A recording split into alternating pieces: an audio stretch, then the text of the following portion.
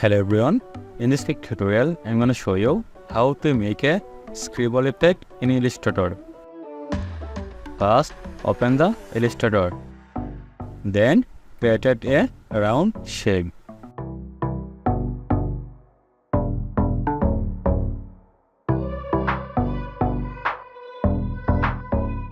Then go to the effect menu, click on the stylize to scribble.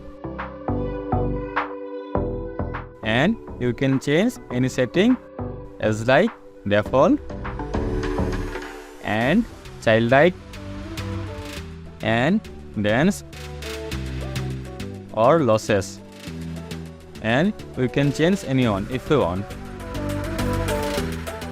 And you can custom setting, I do this.